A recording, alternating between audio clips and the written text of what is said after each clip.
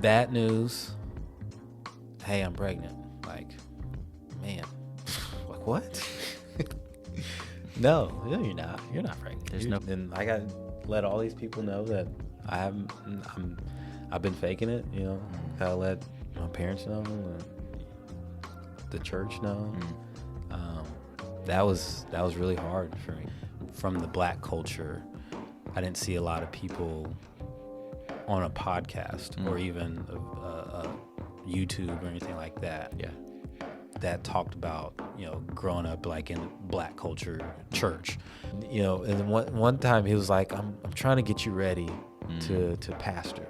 Because when I retire, I want you to take over church.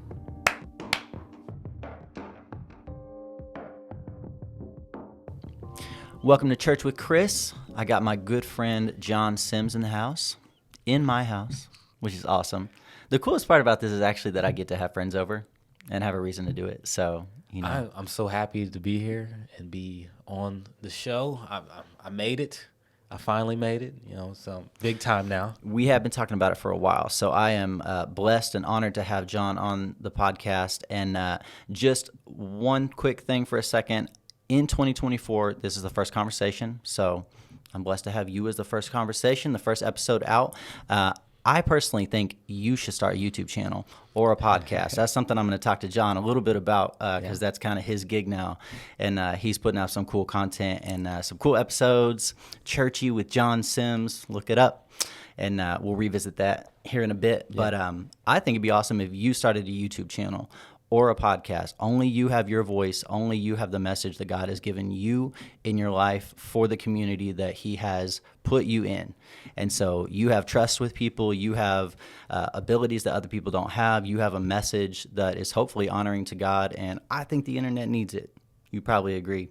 Absolutely. So with that said, everything that I use in this podcast for this channel is going to be linked in the description of this video on YouTube. So you can click all those links, check it out. I was just talking to John about the setup and how he's getting into video too. So that's some pressure, putting some pressure on you. Yeah. I appreciate that. Some commitment. Yep. And then I'm working on audio only versions as well. So maybe that's something I can learn from you on. That's easy, man. That's the easy part. That's the easy part. That's the easy part. Platforms, hosting, like all that stuff, distribution. Yeah. I'm learning. So I'm over here just like in awe. Oh my gosh. Of his Get setup. out of here. Get out his of here. setup is dope. All right. Stop. He's so humble. No. Humble. Well, hey, on a real note though, John, I respect you so much. I love you. I can say that. You are one of the people I just really look up to in the community. I don't know if you see yourself as a leader, but I feel like to me you are a leader. Do you think as somebody who is, I think, equipped in certain ways to, I think, just carry the gospel really well, as somebody who's really level-headed, as somebody who's sober-minded, I think, you know, conversations we've had, and just to catch everybody up, John and I have known each other a really, really long time, back when you were back when you were making fun of your wife. I remember that. And you had an episode with her, and you didn't talk about that. But that's all I remember was you guys at church. We don't talk about that. And I remember you guys cracking on her and David Bosley's sister. Because they would be running around. They were best friends, yeah. Yeah, and so that was back with Jerome and Dante and David. And I just remember hanging out with you guys, being younger. Way back. Not really fitting in, but y'all still let me kind of hang out a little bit. We didn't care. It was just anybody can get it. Anybody can come hang out. And anybody could get it, and anybody could get made fun of too. Oh yeah. It was treated. Not my best times, you know, but it was fun times. I say that because fun times. I've never seen anything different from you. Yeah. I think the person that I have always known is the person you still are. I think the person you are is the same when the camera's off and then when the camera's on, or whether you're in front of a crowd or you're not in front of a crowd. Your wife's probably like, please. I appreciate that. Please. I appreciate that. Thank you, man. Yeah. I appreciate that. You're so humble and you're so modest. You're super talented. And, I appreciate that.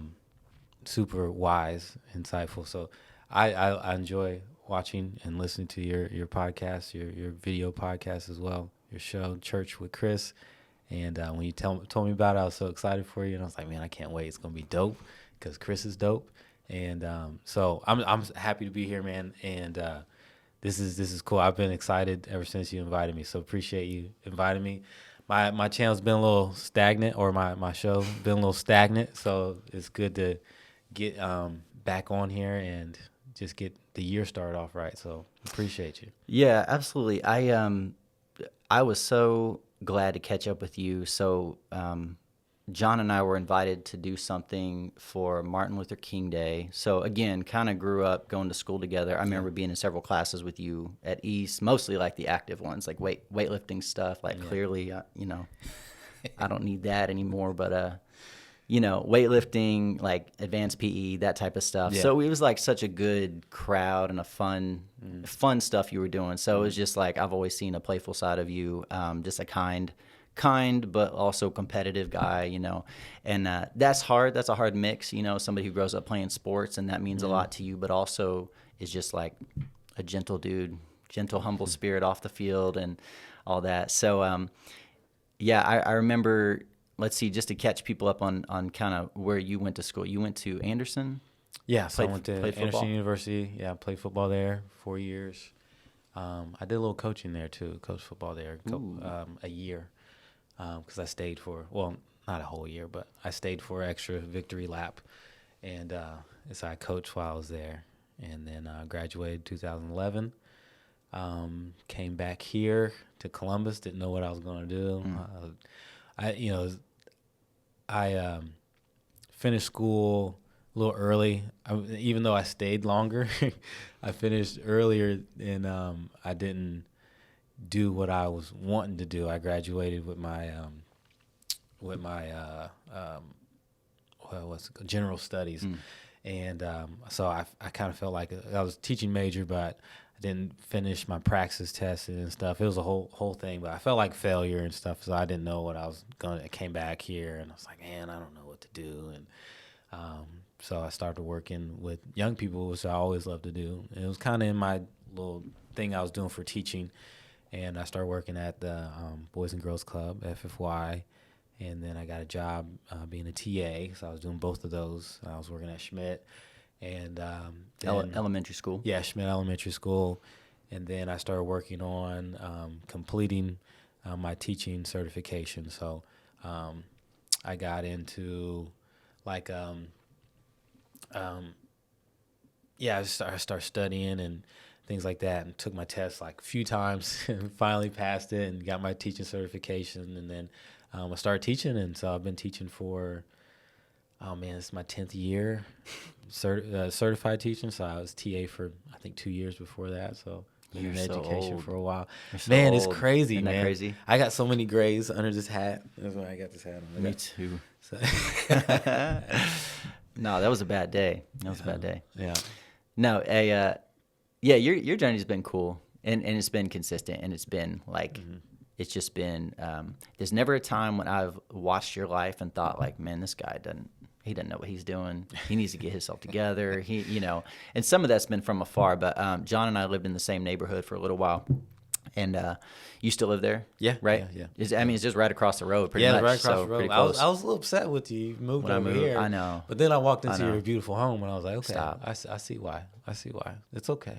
That's all right. No, I praise God. forgive you. The try to use it for things like this, Yeah.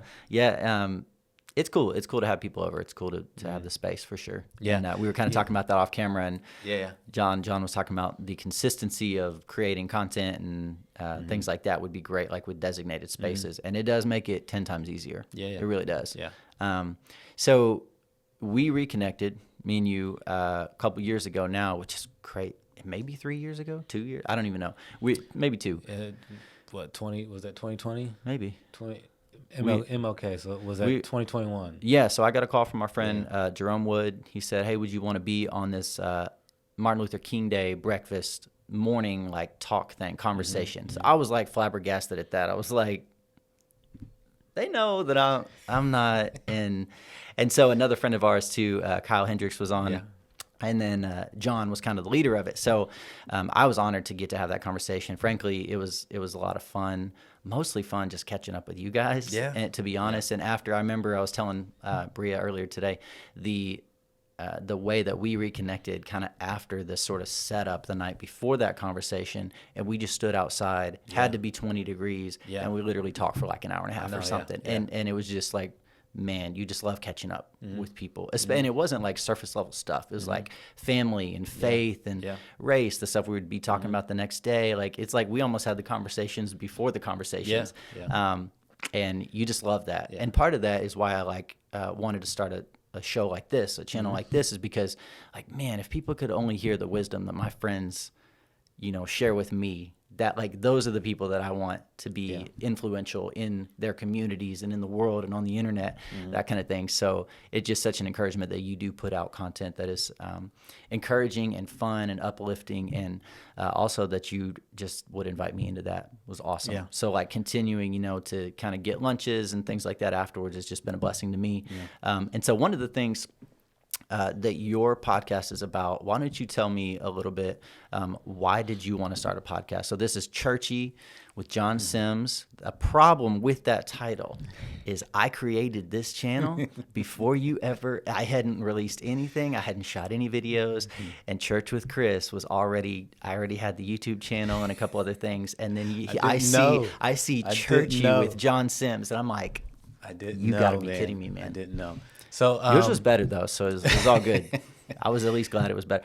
So yeah, tell me about the channel. Why did you start the podcast? Okay, so there's a lot of things that inspired me to start a channel, and then there was one really big push that I got. So definitely the MLK thing, that was one of the inspirations of that. I mean, I've been listening to podcasts for podcasts. That's not a word. I've been listening to podcasts for a little while. It's a word now. And I always thought, like, to myself, like, that'd be cool to have a podcast. Like, well, and I don't know what I talk about, but I could do that. I feel like I can, talk to a camera, or into the microphone and do that and be fine. But I always kind of struggled with, like, what would I talk about? What's the topic? And so I've always messed around with that. I always was kind of collecting a little bit of equipment here and there. Like, I'd get a mic or something, I get this and then get that. Like, I'll use it one day and stuff. And so there was always those little things like that, little inspirations. And one day after school just got out, I went to open gym at St. Peter's, and I was playing basketball.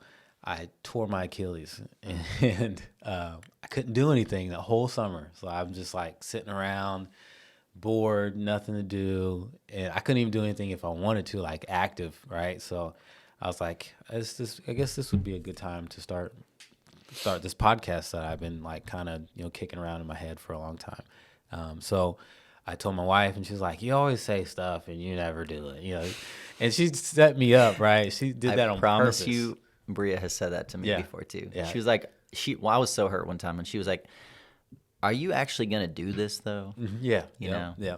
Same thing. Like, and she does a great job of pushing me. I don't like it when she does. Well, I'm convinced she does know what she's doing. She knows how to push the right buttons at the right time to get me to do the things that I need to do. So I'm really appreciative about that. So some people call that manipulation.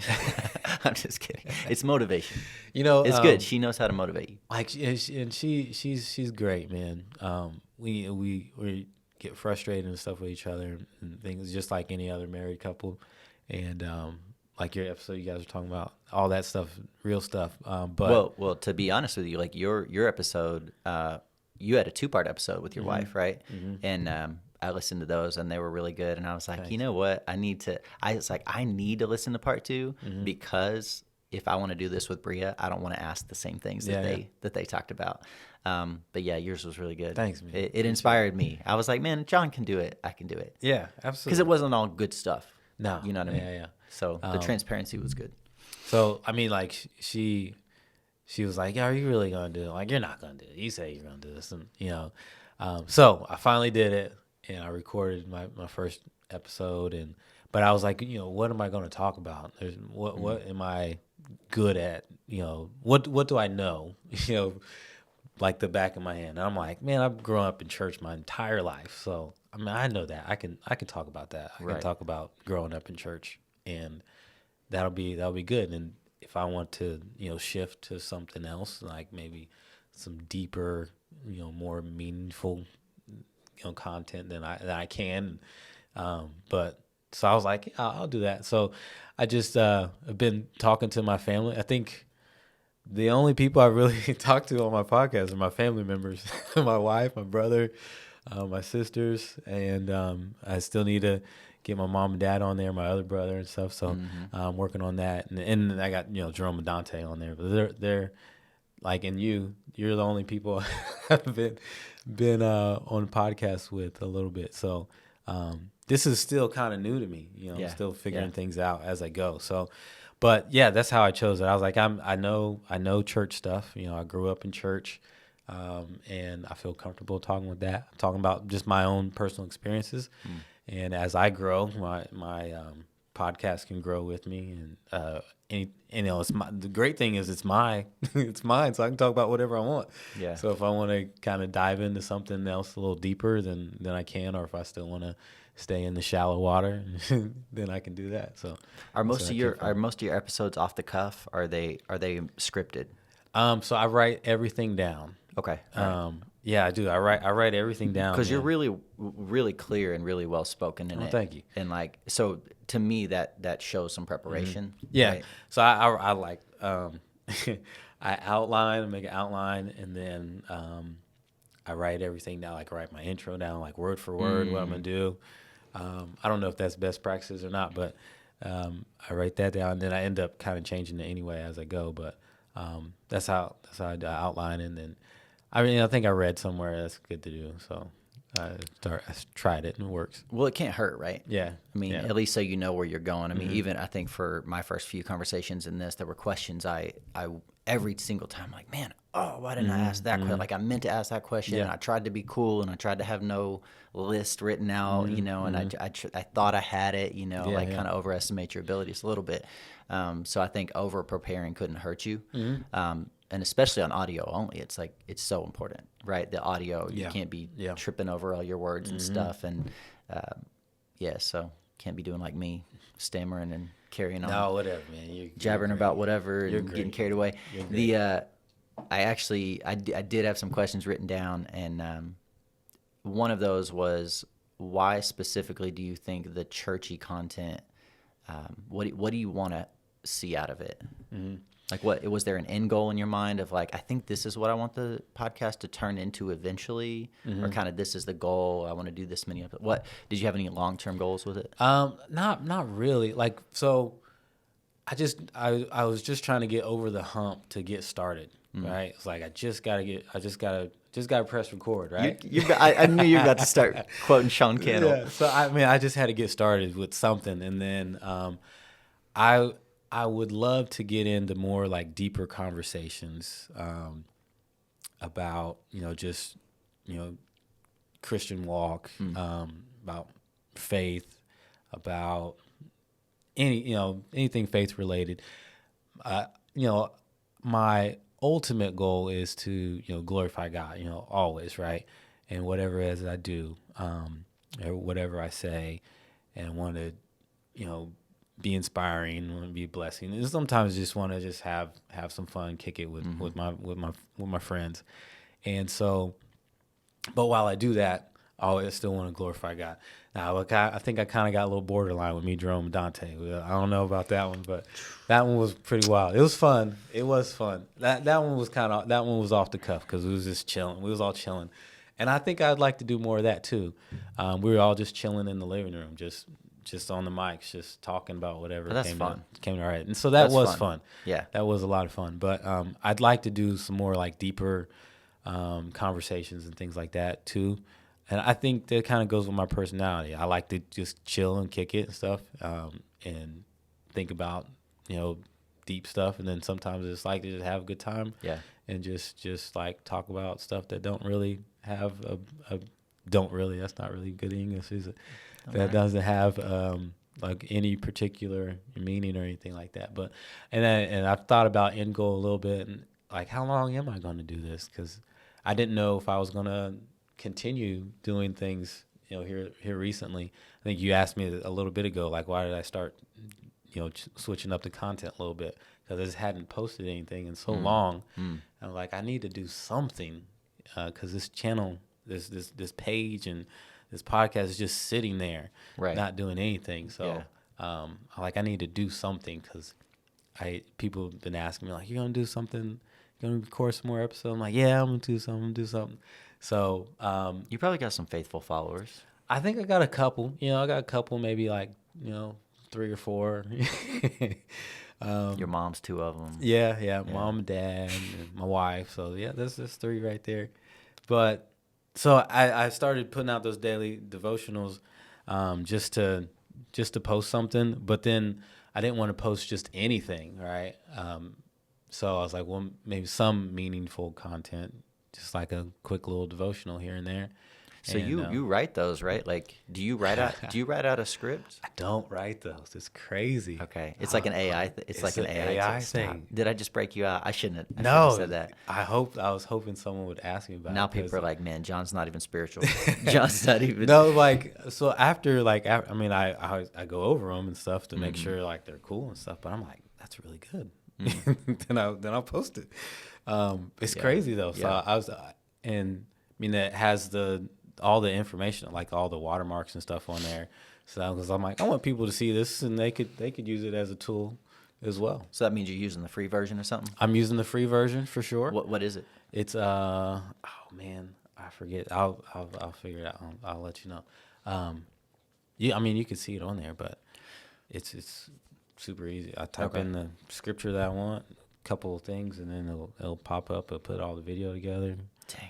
It's crazy. It is crazy, actually. It's wild. It's like 5 minutes. Well, it's crazy that you can like minister to people online because they'll be talking today's verses, James, yada yada, yada, and there's been times where I've been tempted to just keep scrolling, like I don't know, and then I'm like, wait, you know what? I probably need this.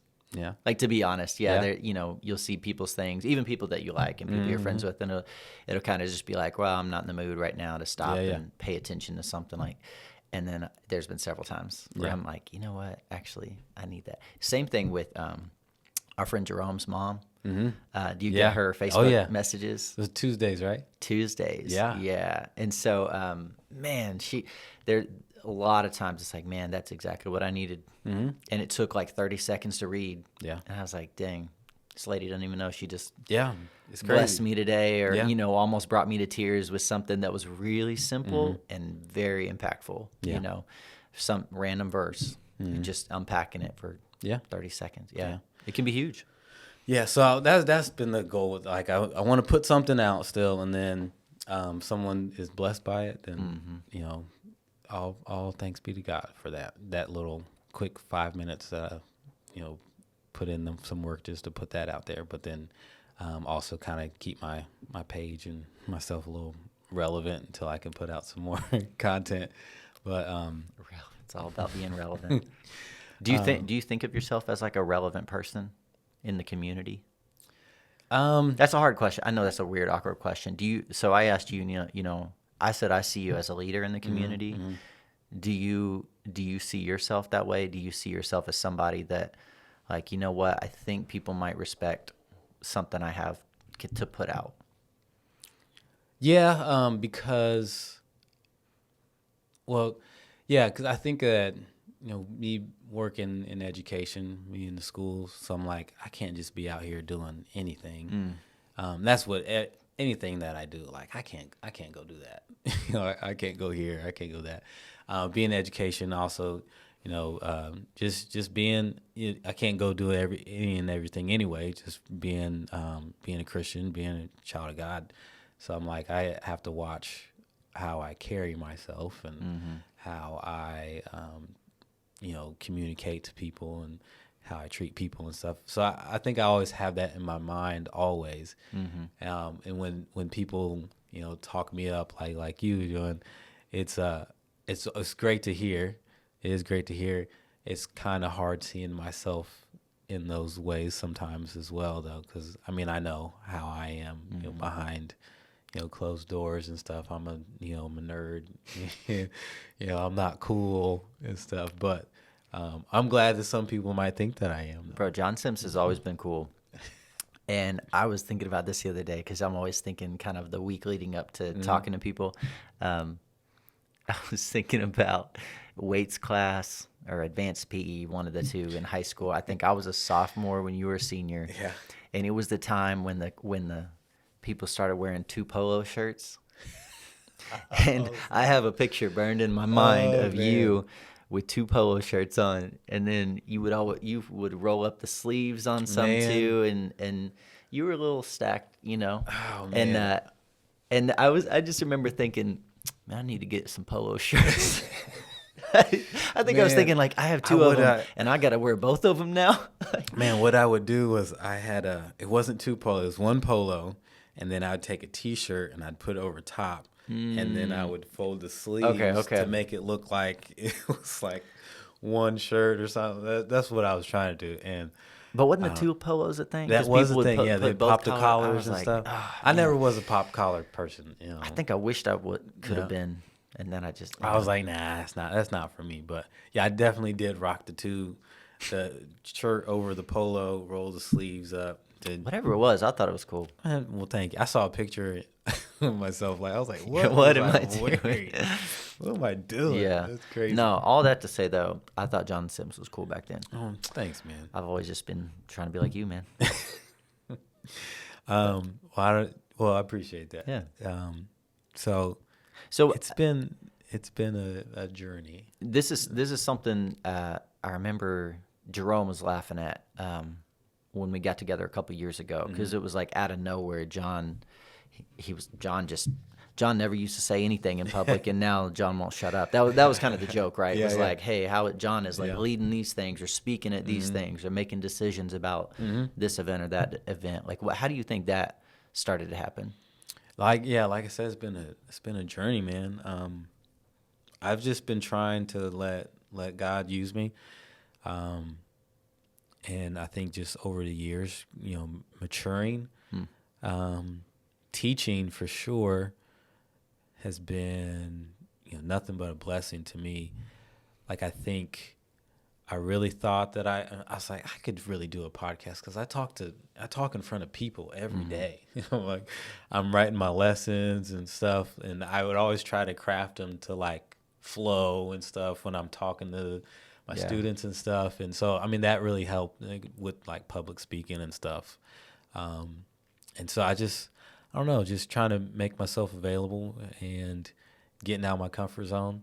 That was like really hard for me to do, 10 years ago, or maybe even sitting down like this and being on camera and going to go on YouTube in front of your millions of subscribers. I was like, it's only 500,000. We'll get there. I don't know if I would have been comfortable doing that. Jerome said something to me though a while ago. Jerome's got a lot of wisdom, man. He's my guy, and he'll be on here eventually, I'm sure. Yeah. He was like, you got to get comfortable with being uncomfortable, and I was like, all right, okay. And so since he told me that, like, I've been kind of challenging myself a little bit to do some stuff that might not be my norm or my most comfortable. And, the more you do something, like, you get more comfortable with it. And then you got to get more outside the box, right? So do you automatically think about that now when you have an idea, like, maybe I'll try this thing? Are you actively thinking this is uncomfortable, step into it? Sometimes, like, okay. So I mean, like with my podcast, like I've been doing just audio only because that's easier and that's more comfortable. But then, now I'm like, maybe I should start, as a video. I'm always, concerned with, what if people don't like, my background or my setup, or what if I'm looking crazy that day, I don't have a haircut or something like that. But that doesn't really matter. I would judge you. And some people will, maybe nobody right? else. No, some people will. Some people will, right? And so I got to get more comfortable with, people judging me, people not liking what I'm doing. Right. Yeah. So the video is scary. Audio, it's like you can be comfortable and you can kind of, your guard is not up necessarily. Video, I think through that a lot. I'm like, man, I'm ugly, I'm skinny, like nobody cares what I have to say, you know. So the good part about that is like maybe they do care about what you have to say or what other people have to say, you know. And it's like thinking through like what is, because that was always the creative question, right? And you were talking about like what could I talk about, what just like flows out of you. And I think church stuff for me was kind of the same. It was like, what do you care about? Where do you want to make an impact? How do you want to touch people's lives? I think it would be around the local church, how we can be better, how to rep Jesus as just like normal people who are like leaders in the community and, you know, doing different things. And so I think that's how we take on the world and, you know, in a respectful way and in a humble way. And that's how you love people and serve your community and encourage each other. Yeah. I mean, and the other, you know, that was easy, you know, churchy stuff, you know, that's easy for me to talk about. But then also like in the, you know, podcast and stuff, like I didn't see a whole lot of that genre didn't seem like it was very saturated. In particular, like from the Black culture, I didn't see a lot of people on a podcast or even a YouTube or anything like that. That talked about, you know, growing up like in the Black culture church. There's some, but it didn't seem like there was as much as what there is with everything else. So I was like, I think that could be a good, what do they call it, niche or whatever. I think that could be a good like genre for me. And then also like I wanted to also inspire, you know, people like you can be a Christian and still like not be cool, but still, you know, still do things that you like to do, you know, still talk to people and not just be in this own little Christian bubble where like you're like, oh, you're unholy and stuff. Like you can be cool. I guess you can be cool and still be a Christian, you know. That was also kind of a goal for me. And then I'd really like to talk about some different like topics and stuff like that we kind of, as Christians, I think that was one of your questions, like the world sees us as Christians and like, what's the problem with Christians? Why do Christians get such a bad rap from the world? Because we're so hypocritical, but everybody's hypocritical.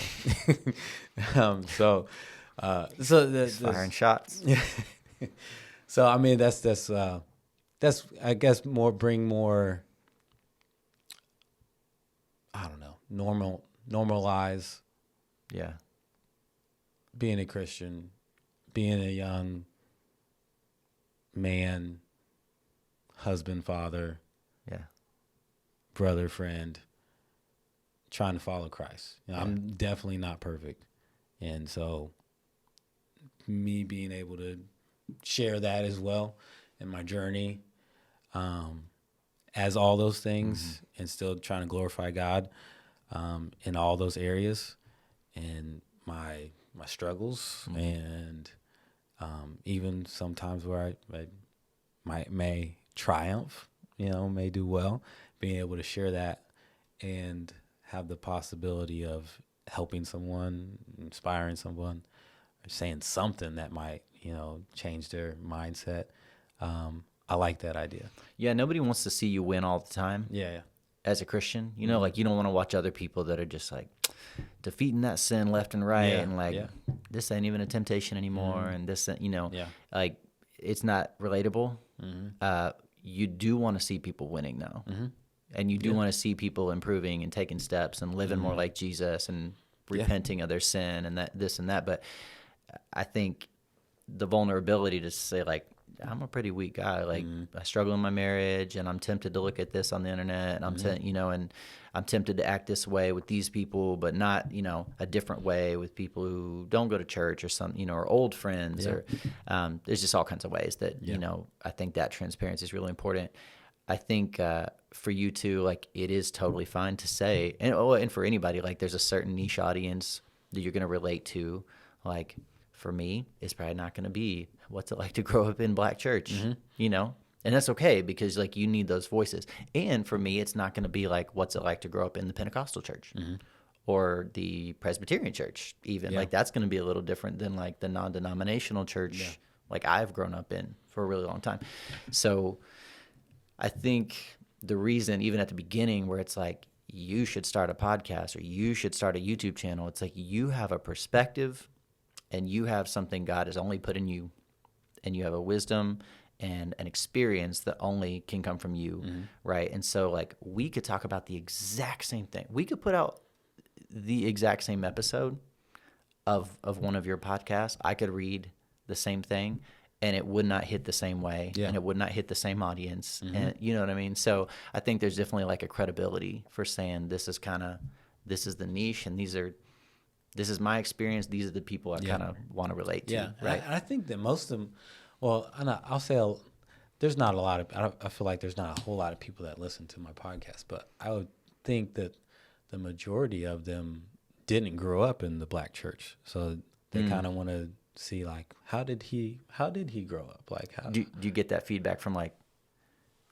I metrics do. or like or just people like comments, like People- you know that people that it's they'll come mostly and white talk to me. people who talk to me about They'll come my and talk. podcast. Because the area that we live in Columbus, there's not a lot of, well, it's growing, right? Sure. It's growing, but it's predominantly white. Yeah. People I work with are predominantly white. Sure. My coworkers and a lot of my peers, they're predominantly white. So like there's the people I grew up with. They're all on the show, so they're listening to it. But then the other listeners, a lot of them are people that I know through just different things, like through work, through being at St. Peter's, being a teacher. They want us to, like, who's my son's teacher? And so I'll get comments. Or people, I'll be out and they'll say, hey, I listened to your podcast. That was hilarious. It was great. I didn't know that. So I just kind of thought, I didn't know if I would really connect to a large group of people who grew up like me just because of where I'm at. Maybe, the channel, grows and stuff. I keep saying channel like I have a channel. You will. Maybe if it grows and You stuff will. like that, then I'll get another group of people that are really grew up like I did as well. But I get a lot of people saying like, oh man, that was really funny. I didn't know, I had no idea. And sometimes I'll get people that had similar experiences but not in the black church. They'll like, we used to do that at my church too. Like, oh, okay, Yeah. that's cool. So we'll get some similarities like that too. So Well, I think I text you. I was absolutely dying when you and your brother were talking about pretending the rapture. oh yeah, happened. man, yeah. That is so funny, Yeah. and it's so relatable because we'd be watching like the Left Behind movies Yeah. and Armageddon and like all these others that my mom would bring home, and you were just kind of like, man, that is so funny. Yeah. What And do you said you would pile your clothes? You would like fold up your clothes when your parents weren't there. We would lay them out like we were. Like we just got raptured away and our clothes fell down. Like it would be pants, shirt, underwear. Because you always wondered what that would look like, right? Because that's what the movies would have. Like somebody would walk in and they'd just be gone and their clothes. Yep, we would lay just them be out on the floor. Yep. Oh my gosh. I saw a hilarious video like that. They tricked they tricked their mom, and she was like, "I missed the rapture." She was crying and everything. It was hilarious. But The problem with that is I know my mom wouldn't miss the rapture. Like there's just no way. They had a camera on, like a hidden camera somewhere, Right. and she walked too in the good. door and she just saw all the clothes and she was like, "Oh no!" I mean, she was in That's tears, too real good. tears. It was hilarious. But yeah, even when I hear stuff like that and people are like, "Oh man, I used to do the same thing," like that's great. I love hearing that. Like, oh man, we used to have that at our church too, and this and that. So I enjoy hearing that too, and it's another way to connect with people too, find some common ground, and especially if you have a lot of differences in like ideologies and stuff like that. Yeah. You find some common ground that makes it a lot easier to communicate with each other, especially with tough topics. Yeah. What I love about you, man, is I bet if we were to open up the Bible and go through like doctrines or something, we probably have some differences. Yeah. For sure. Yeah. but I've never gotten this vibe from you that like you can't break bread with me because of potential. I don't even know what they are actually. Yeah. Like, so, I mean, we've never really talked like doctrine or anything, but, Yeah. you know, I'm just assuming there'd be some things I'm like, I don't agree with that, but like, it's okay. You know, that's fine. I mean, love you for, you know. I would love to have a conversation like that too. Just, just my journey, just growing up. And I think that was one of your questions, you know, you sent me. It was like, how's your faith growing up as a pastor's kid, you know? So growing up, like, especially as a pastor's kid, like, this is what we believe. Yeah. And so as you get older and stuff, for a long time, I didn't know there was any other denominations and stuff. Like, people don't believe that. I thought everybody believed that. Yeah. For a long time, like I was like high school. I'm like, what? Because you just don't like care before that. Typically, Yeah, right? I mean, you don't really care to find out. And that was just those aren't the questions you're asking. And that was just the circle that I was in, like all the time. You know, I never experienced any church really outside of where I grew up at, and then get to college. Yeah.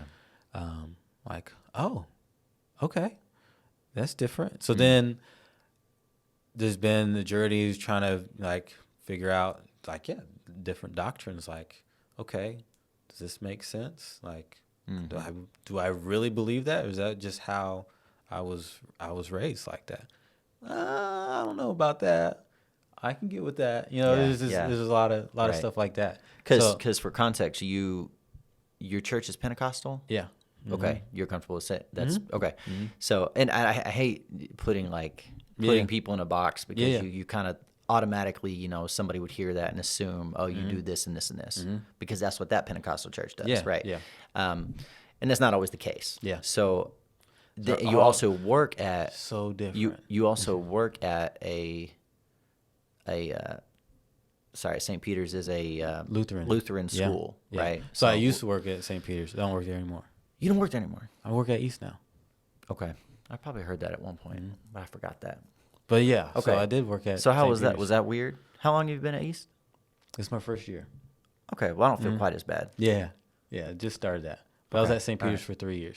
Yeah. So how was that? I mean, when you're talking about reconciling kind of different faith views on the Bible, maybe even the same scriptures that maybe you interpret different way, you know, does that ever cause kind of conflict in your heart, in your mind? I'm sure you have to kind of navigate those waters in a weird way. Going into, I was like, I don't know how this is gonna work. Like, I don't know, are they gonna question me about different things and stuff? But what really gave me confidence about that working there was Pastor Tyke. Shout out to Pastor Tyke. He's awesome. And I know he's no longer pastor there now, but he was there when I got there. And I've always seen Pastor Tyke. He would come to our church, and he would preach at our church. He would be at all of our functions and stuff. And so I'm like, Pastor Tyke's cool. He would still get some amens at your church. Oh yeah, Pastor Tyke could throw down, man. Yeah. I love hearing him speak too. I hear him preach. He's awesome. So I'm like, you know, Pastor Tyke's cool. Like then, like I think I'll be cool. But, you know, Jesus, you know, is in the center of all that they do at St. Peter's. Like I said that with confidence, and that was, you know, what I was, what I'm all about too. And so that was never a conflict at all. Like they knew that my heart was in the right place for as far as, you know, living right and being a Christian and representing Christ and all that I do. And so I've always put that first, and we never had any issues or any problems or anything like that. You know, and I feel super comfortable over there. Like I love St. Peter's. They're really good to me. That's awesome. Yeah, they're really good to me. And so worship with them. You know, never any issues or problems or anything. Learned a lot while I was there. Some great people over there. Yeah. Yeah. I got to have, I've only heard great things about Pastor Tyke for years, right? Like as long as I've known about St. Peter's, was like Pastor Tyke, like goes hand in hand with that. Yeah. But I actually got to have coffee with John Cordry. Yeah, Cordray, and he's great too. He was a stud. Yeah. He was a stud, and it was really nice to get to spend, I don't know, it was probably an hour and a half with him at Lukaby one morning. It was when he was pretty fresh here, and they were kind of at the time looking for somebody to fill some music roles for a little while. Yeah. And man, I was so encouraged by him and heard him speak a couple times at some different the worship nights that they did. We did one of those with the Clums Collective, and it was just a blessing, man, to just see people like trying to push forward the message of Jesus. And I don't, I've never really gone to a Catholic church. I've been to Catholic Mass before, but I've also never gone to a Lutheran church. And so it was just like, oh, like, this is great. Yeah. Like this is, they're preaching the gospel, and this is, this is awesome. Yeah. So yeah, I think I've only heard good things about what's going on at St. Peter's. Yeah. I'm glad you said that. I've learned a lot while I was there too. Just like, so I've grown, I feel like I've grown a lot, being there at St. Peter's. So I appreciate you, St. Peter's. Thank you. There you go. Yeah. They did not sponsor this episode, just so you know. Yeah. So like, so I mean, there's so much, so many things that we have in common than that we don't have in common. Right. And even some doctrines, I might not, agree with everything that you may feel like goes along with Pentecostals, or vice versa. Just growing up, studying, trying to understand, and then like this, I'm growing, right? It's a journey, and still figuring things out as I go. When do you think you became serious about it? When you're like, man, I think I need to understand this. Yeah. This faith, this Bible, this relationship with God. So I'll let me backtrack like this. Let me say, like, growing up as a PK, growing up as pastor's kid. That's what PK means, if you guys don't know. It's that churchy with John Sims language.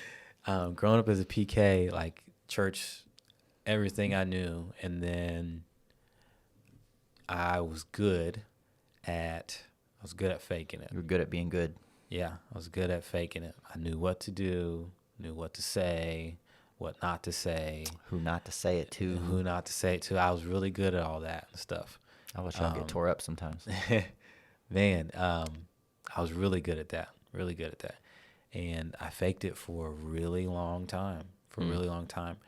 But then it got to a point where, like, I needed it, and that's where it really got, like, really real to me. I mean, growing up in church, I learned about the Bible, learned about Christ and stuff, but I think that genuine relationship, I don't think I had that until, like, I got older, when Alea was pregnant with Jordan. And Jordan's middle name is Grace, because that was my saving grace. She was my saving grace. God's grace, right? And so, like, that's when it got real, really real for me. And I was like, you know what? Like, I gotta get things together. Life is coming really fast. I got another child I'm responsible for. And so that's when it really got really serious for me. So I was like, you said she's 9, right? You just told me she's 9. Yeah, she's 9. So, 2013. Yeah. So that's when it got real for me. So I was great at faking it, man. I was really good. Was that like 2015, bro? It's 2014 now. Or it's 2024 now. Yeah. So, I mean, like, she was born 2014, March 1st. Okay. But 2013 is when I found out pregnant. Yeah. Man. So that summer, I mean, it was August when I found out. And it was great. It was wild for me. So it wasn't marriage for you that did that? It was like, you think it was more your first kid? Yeah. I mean, that news, hey, I'm pregnant. Like, man, like what? No, you're not. You're not pregnant. There's no feeling like that. Yeah. We weren't even together at the time. You know, so like what? What are you talking about? I'm like, no, you're not. And then I got to let all these people know that I've been faking it. You know, gotta let my parents know, the church know. That was really hard for me. But through that though, God's grace. We got married, and marriage is hard, right? But we've been so blessed, since then. It's the best, best thing. One of the best things that's happened to me, in my life. Because I was out there, man, I was definitely straddling the fence. I was here one day, here the other day, and stuff. But that really caused me to make a decision, and to really follow Christ. And since then, I've been doing my best to follow Christ, learn more about God's word, be more serious, be more intentional about my relationship with Christ, get closer with Christ. And I think I'm definitely not where I feel like I should be, but I feel like I'm doing okay. Like I'm doing all right. I don't think it's a bad thing to admit. I think we sometimes try to be a little too humble, and it's kind of like even Paul said, like, imitate me as I imitate Christ. Yeah. It's like, why do we think it's such a bad thing to be like, well, I'm pretty sure I'm trying to live the right way, and according to the scriptures, like, no, it's okay. Like, if would I want my kids to imitate how I am? Like, obviously, I want to improve on some things, but it's like, I don't think it'd be the worst thing in the world. Right. Obviously, you want to improve. I want to improve. We want to continue to grow closer to Jesus and look more like him.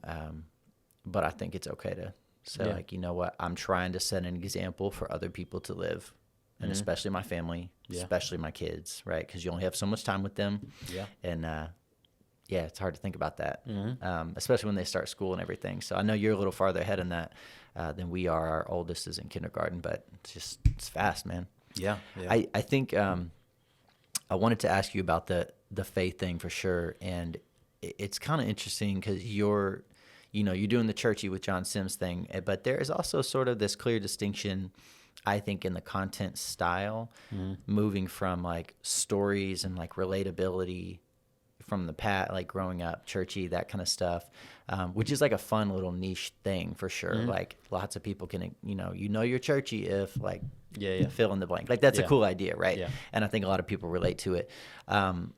And moving into, you said you want to move into more serious topics, and even just posting like the scriptural videos that you've been posting for a little while now, I feel like this heart from you of like, this is what matters. This is what I want people to know.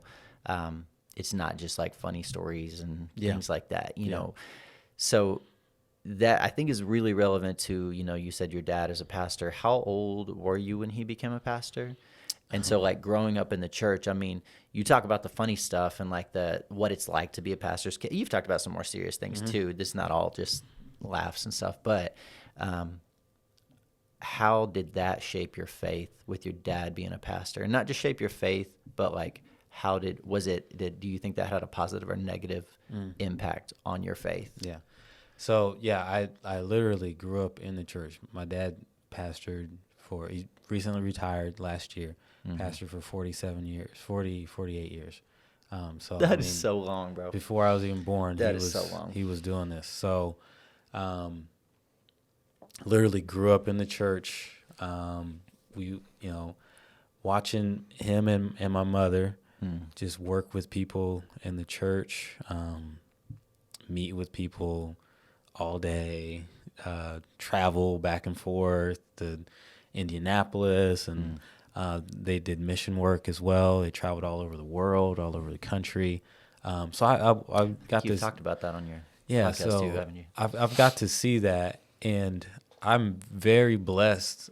I looking back on it, like I'm so blessed, and I'm in awe. Like I don't know how they did so much, and then also like raised us. They were gone a lot. Like I was thinking about this the other day. I was like, they were gone a lot, but I never felt like they abandoned me or anything. Like I always felt like they were right there still. Like they were gone, but they were always still there. Yeah. And they were still very active in our lives. You know, they weren't just like go over there. Yeah. You know, I feel like we were always doing things together. They were always there at basketball games, football games, supporting.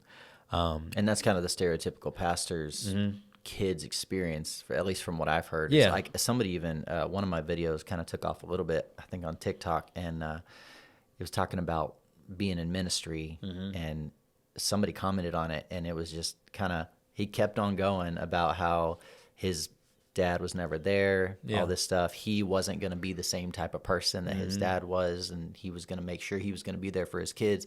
But it also sounded like, just reading between the lines, that meant that he wasn't going to be in ministry because of that.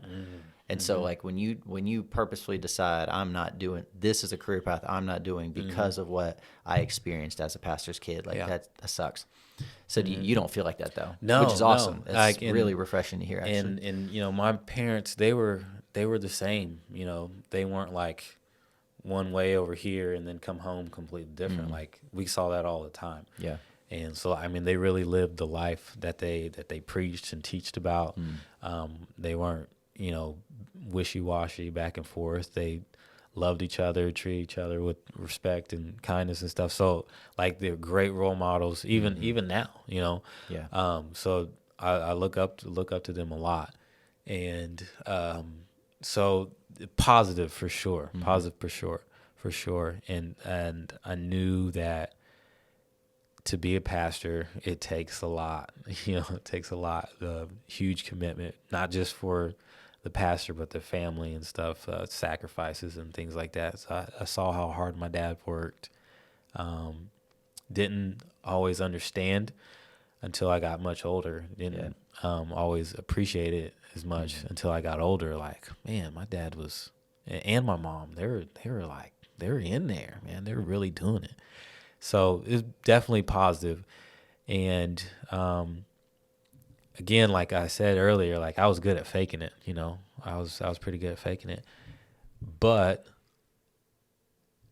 as I did get older, like some of that stuff, or a lot of that stuff that I learned in church and how I was brought up, like I couldn't stray from it too far because it was just so ingrained into me that like me trying to get outside of that was like really hard and uncomfortable for me to do. And I'm thankful for that now because that kept me from a lot of things. Yeah. Kept me from a whole lot of things, a whole lot of trouble that I could see myself getting into. Like had I would just went a little further, but I always like felt a little tug like, hey, Right. yeah. And I think that was how I was raised in the church, you know, growing up in the church, and I also feel like that was the Holy Spirit as well, keeping me from different places, from different people, from different things, and so I couldn't shake some of that stuff, you know.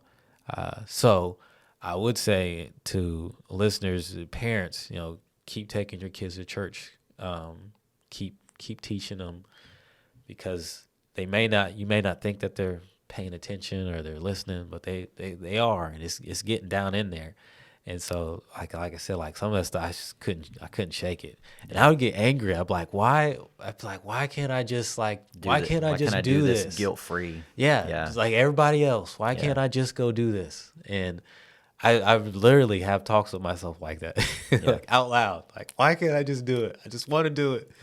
But I'm thankful that I didn't, though, because that, you know, I don't know what could have happened. It could have went down a whole different path and end up somewhere other than, you know, where I'm at now.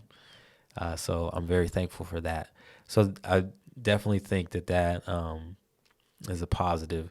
And then, you know, later on, you know, when it was getting really real, like, okay, I really need to I really need to really have a real relationship, my own relationship, not my parents' relationship, with Christ.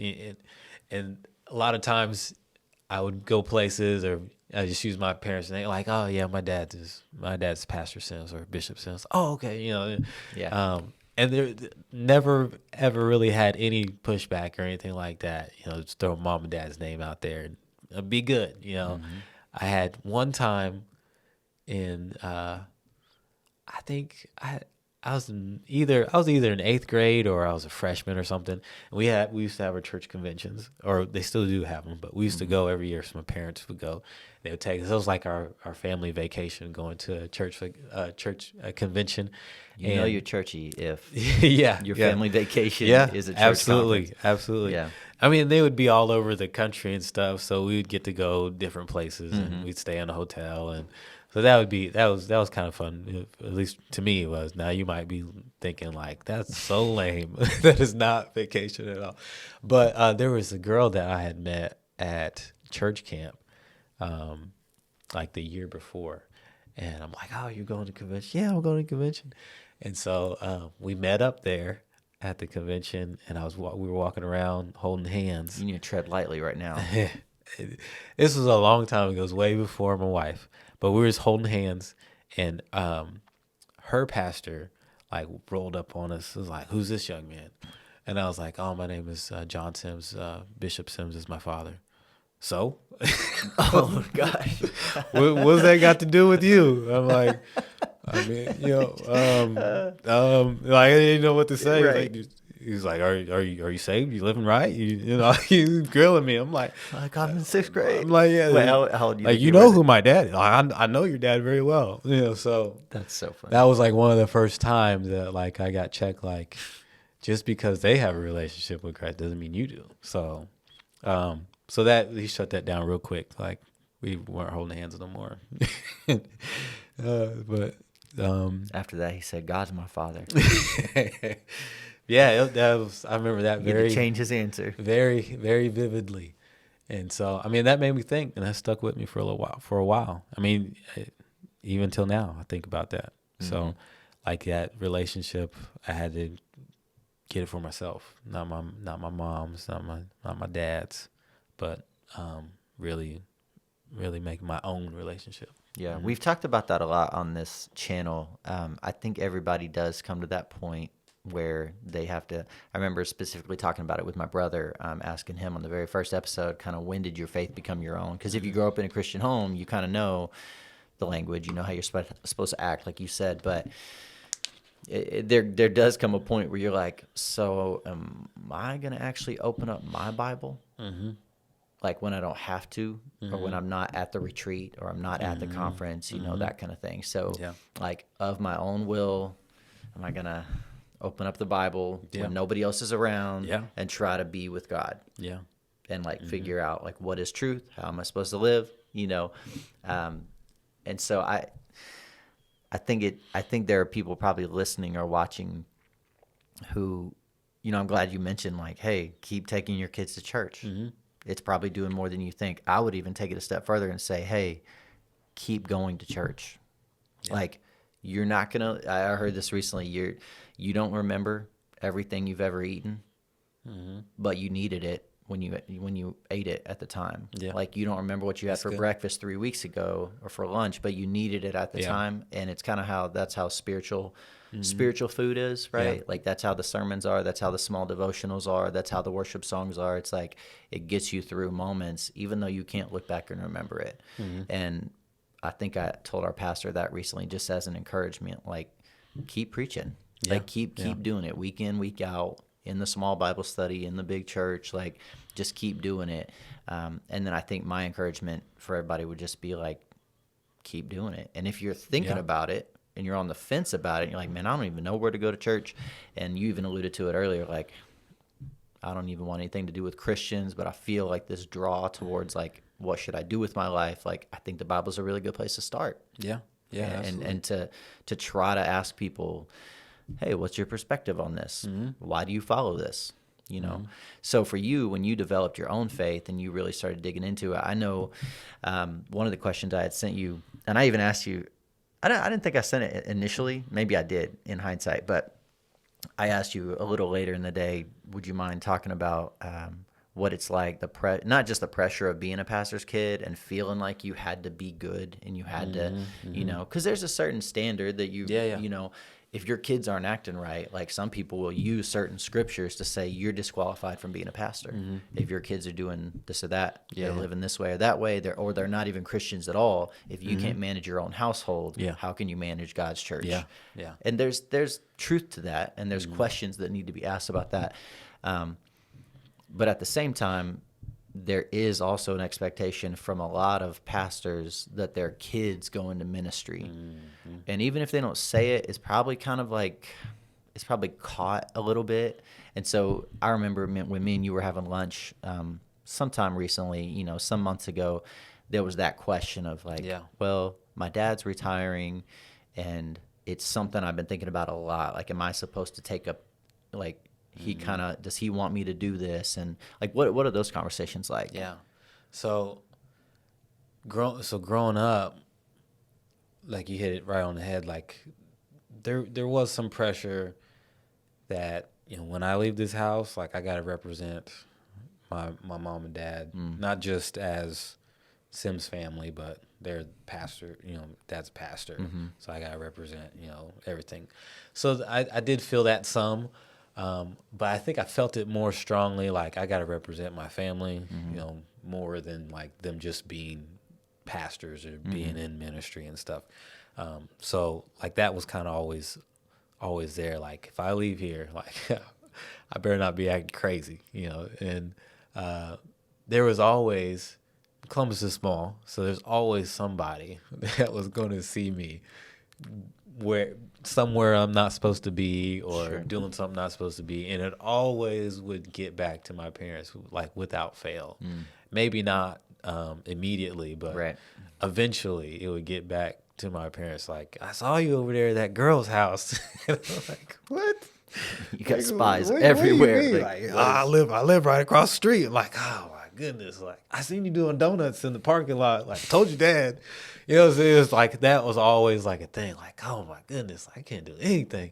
But I'm grateful for that, though. I'm thankful for that, because it takes a village for sure. And there's also some pressure, because I was the youngest, and so I have two older brothers, two older sisters.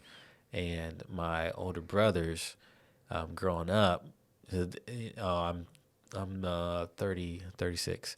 I almost forgot, right? You lose count. Yeah. You get up in the high 20s. Crazy, man. I start losing count. That's another story. It's funny. But my oldest brother, he's 48. So they're a little bit, him and Aaron and Chad, they're considerably older, a lot older than I am. But, they were in some trouble, not living, Christian life and things at the time.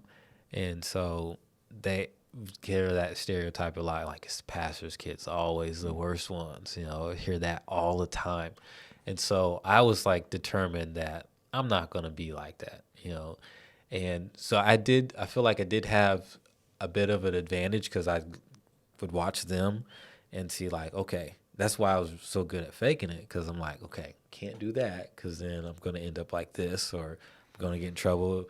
I could do the same thing that they're doing, but I just do it differently. Smarter. Don't get caught. Yeah. Stuff like that. So there was always this thing in my mind, like I'm not gonna do the same things as my brothers. So like I'm not gonna do that. I'm not gonna do this. Not gonna do that. And I was doing a pretty good job with that for a while, and then just like my brothers, first child out of wedlock. Well, we ended up getting married right before Jordan was born, but it was like same thing, right? So that was another disappointment for me, because I always felt like I hate to let people down, especially my mom and dad. So I felt like I really let them down, and then the rest of the people in the church, like I felt like I let the whole church down. Like I'm supposed to be like the one, the golden child or something, and then I felt like I let everybody down. So that was a lot of was pressure that way. But it didn't feel like it was unbearable or anything like that. Do you think you felt like you let him down because there was an expectation that there was something else that you would do? Kind of like he's the one that's going to take up the mantle, or do you even think that was like on the scene at all, like on the radar? Not then, or is it was more just at like least not this to is me. this pastor's kid, like he maybe some people felt that way, but to me, I felt like I let everybody down because I felt like I was the one that was supposed to be different and go a different path than my brothers did. Because both of my brothers, they had their children out of wedlock, and I was like, I'm gonna be the one I'm not gonna do that. I'm not gonna do that.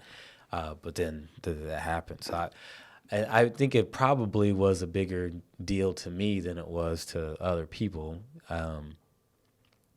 It felt like I let the whole church down. Like I felt like I let the whole church down because of that.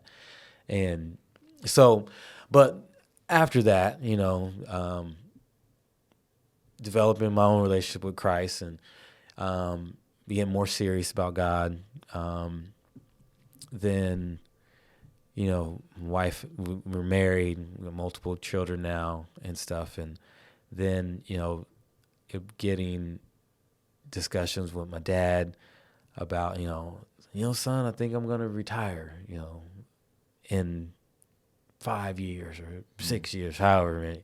He'd throw that out there here and there and stuff like that. And then he'd be like, I'd like you to do this at the church, and lead this and do this, preach a sermon here and preach a sermon there. And, and then one time he was like, I'm trying to get you ready to pastor. Because when I retire, I want you to take over church. And he just explicitly said it. He like told that. me that. We Wow. had a conversation like that. And at the time, I was like, okay. How long ago was that? Oh, man. A few years? Yeah, it was years ago. And I'm like, okay, all right. And I was like, yeah, all right. I could see myself doing that. Then, next year comes. It's like, I'm thinking about retiring, And like it was so far out. Well, it felt so far out when he said it to me initially. But then as it get closer, and I'm like, oh man, like this is really coming. Yeah. He's going to be retiring soon. Like He wasn't kidding. yeah, he wasn't kidding. Yeah. Me, because it's different because it's something he's done like my whole life. Like he's done this my entire life. So the thought of him not doing this anymore, Right. was hard for me to really like think could really happen, But then like, I'm retiring in 2 years. I'm retiring next year, I'm like, oh man, I'm not ready. Like I can't take over this church. Like there's no way, where I'm at right now, and my family is not ready. Like I can't do it. There's no way. And I was really, I felt a lot of pressure. I was really worked up, and I was like, I got to tell him. I've talked with my wife about it. Haven't told anybody else. So it's getting closer, and I don't feel like I'm ready at all to be a pastor. I don't feel like my family's ready to be a pastor, for me to be a pastor and all that, because I watching my parents do that and living through that, like there's no way at that point in time, and even now, I'm ready to be a pastor. And then I felt like I would need more training, like go to seminary or something like that. And I've talked to people before, like you don't need to go to seminary, but I feel like I would need that for me personally. So I had to tell my dad, and I talked to my wife about it, but that's the only person I had told. Like I hadn't talked to my dad. I would like beat around the bush and stuff when he had mentioned it to me, and I kind of brush it off, sidestep it and stuff. But So then finally, when it did come time for him to like really retire, he started the process and things like that. And my brother and my sisters and I, we were helping my parents through the process as well, helping them move out the house and things like that, and trying to get everything in order and stuff. We were pretty involved with all that, the whole process, helping them out. And one of the things was like, I communicated to them that like, hey, I'm not ready. They're like, Dad expected you to take over the church and stuff. I'm like, I can't do it, So even they were pressuring you. Well, I mean, there was like, are you ready to do that? Why don't y'all do it? And I'm like, no. Yeah, like, come on, why don't y'all do it? But so I had to tell my dad that, like, Dad, I'm not ready. Like, I don't feel comfortable doing that, and I don't think my family's ready and stuff. And that was really hard for me to do because I felt like I was disappointing him. And again, like I hate to disappoint, especially my parents. And so it went a lot better than what I anticipated at all. Like I told him, and he was like, "I understand." Wow. I don't know why I was thinking, because he's never been like that before. But I thought he was gonna be like upset with me or something. Like I just felt like I was letting him down, and I left the conversation feeling good about it, and I'm still involved with the church. A lot, but just not in that role as lead pastor. So that was some pressure, Yeah, for sure. But after I felt so relieved, to let him know, and that he wasn't upset with me. He could have been disappointed with me, but just didn't show it at all. But he still let me know they still love me, always gonna love me, and everything like that. And we still have a great relationship now. So yeah, I'm sure he'd be super psyched to have you at some point say, you know what, I think it's time, even if it's like 10 years from now or something. You never know. Yeah, that's really interesting, because I think that pressure. Sometimes I wonder if people with ministry callings, I don't know what I think about ministry callings anymore. Like, I think there's some specific examples, like, all right, God knocks Saul off a horse and says, you're gonna do what I want you to do, basically, and same with some prophets in the Old Testament, things like that. But that's not most people. And so if we try to make an example out of somebody like that, who's like, because I've heard sermons like that, like, don't walk away from the calling of God, and don't, if God's put this thing on your life, you're running away from it, or it's like you're akin to like Jonah, running away from, and it's like, well, hold on, are we, like, who defines what God's calling is on your life? Is it something that you can't let go of, or is it like, and that you can't shake? And like, you even mentioned earlier, kind of alluded to, like, this thing you just you can't quite get away from the faith aspect of things. It's like, okay, that maybe makes sense. Yeah. Maybe it makes sense that you would eventually potentially take over, be a pastor somewhere, take over a church. You might have even, I don't even know if it was you or somebody else that mentioned, when you're talking about families, a father and a son, like, transitioning in ministry to the, from the father to the son as a pastor, like, it's not their church to give. Yeah. Was that you that told me that? I don't remember. Know. But I was like, oh, that's so true. I don't think I've said anything that profound before. Well, like, it's just not, I don't know about profound, but I've just never thought about it that way. Yeah. Of like, well, I mean, yeah, I guess if your dad's the pastor of the church and he gets to make a hiring decision, like, okay, it's sort of he's got influence in that, but it's also like, this is not his church. Yeah. This is Jesus's church. And like I said, I was really growing up, even when I got to college, like, I didn't know that that's not how the majority of churches hired new pastors. Like, it was a light bulb, like, I was today years old when I found out that like you go to school for this and then like you put in an application like a regular job, like you didn't get called to be a pastor. Like that's a thing. Like I didn't know that at all. And so growing up, like that's how, in my perspective at the time, like that's how I thought everybody became a pastor. They were called, you know. And so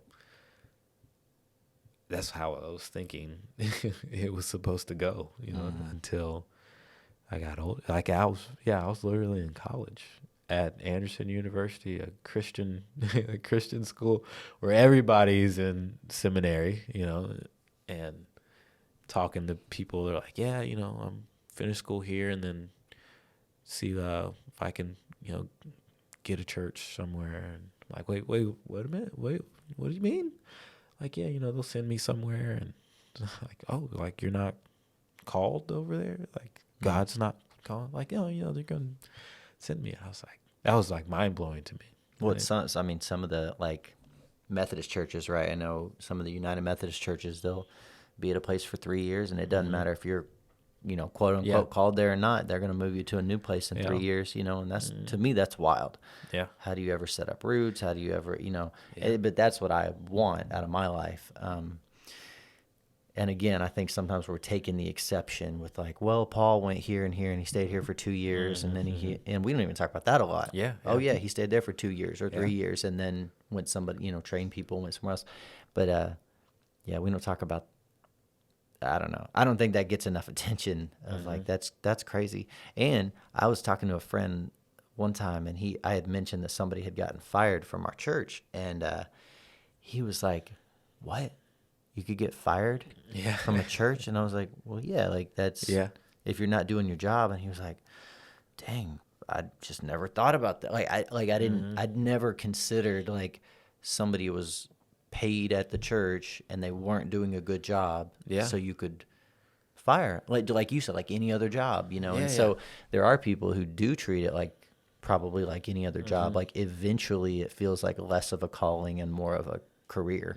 And then you just don't know what else to do. I mean, think about how many people you know that are stuck at a factory, but like they'll never have any other type of. They might work at another factory, but they don't really have. They don't think they have the skills, or they don't know how to develop the skills to do something else, right? Yeah. And ministry is that the way too. It's like, well, what am I good at, or what do I think I'm competent at? You know. And for a lot of people, it's like, well, the only thing I know is like the Bible, kind of, and how a church runs. Yeah. Which even that's dangerous, because then you get stuck in this like you're gonna run your next church like the last church, because that's kind of like how it's supposed to be done. And even that, like, people getting fired from church, like, there was never people getting fired from church. They may be asked not to do this anymore. Like, we didn't have... They all resign. And, I mean, not even resigning. Like, we didn't have, like, a, like, paid position for whatever. Like, pastor... was the only person paid, you know. Right. Everybody else was just volunteer. You know, God placed it on their heart to do this, you know. To like clean the church or like yeah.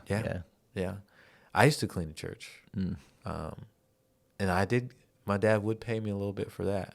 Like that was like my first job. I cleaned the church, cleaned the bathrooms, vacuum sanctuary, and so church wasn't that big, but I clean it weekly, clean church, cut the grass.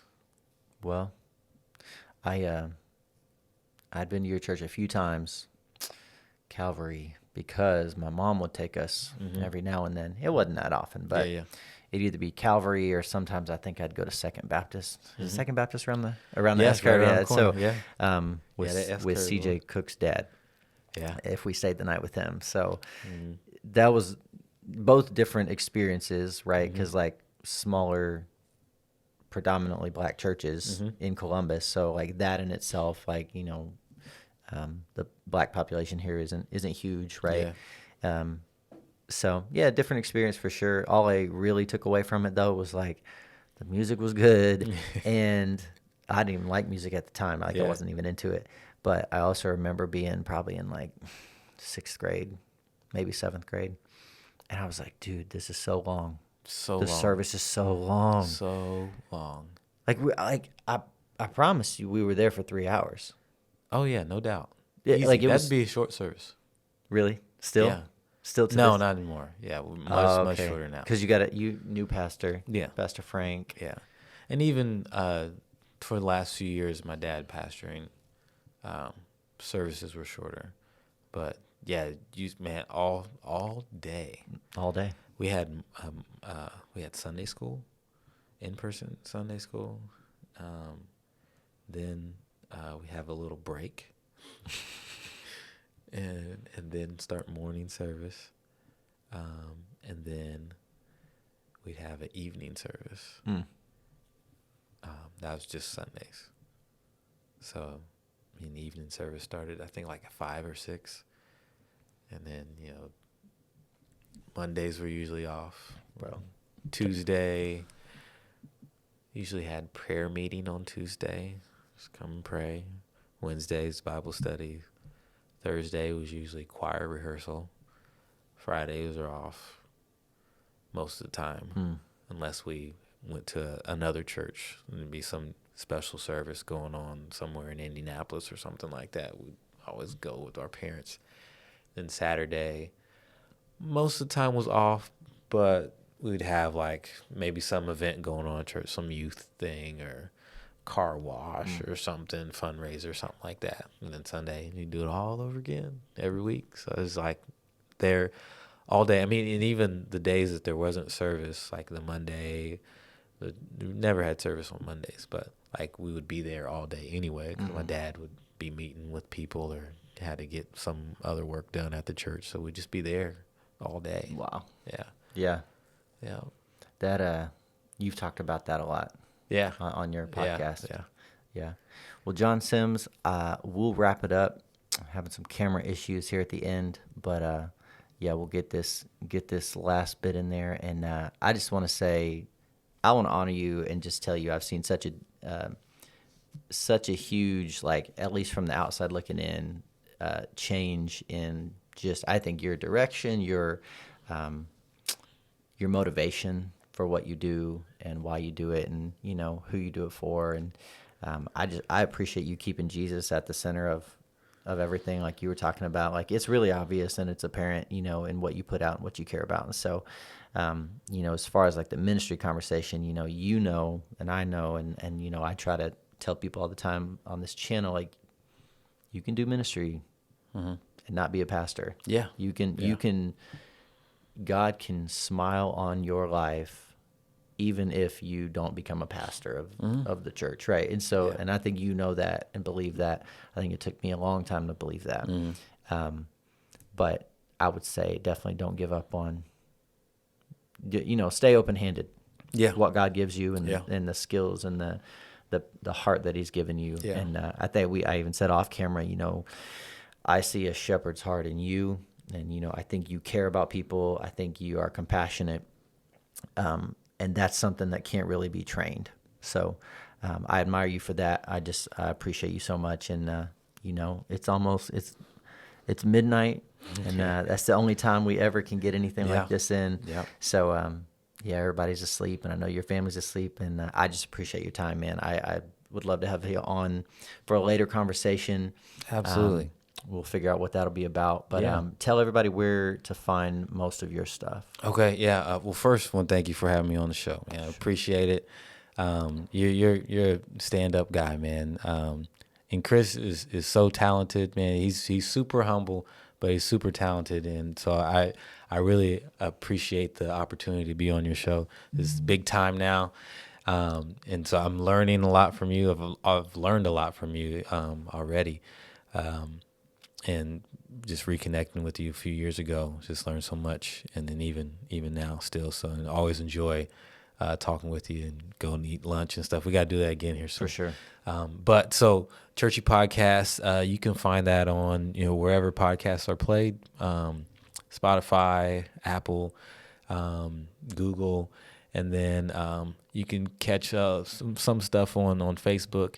And also, I have just a couple little stuff on TikTok and Instagram, but it's Churchy Podcast.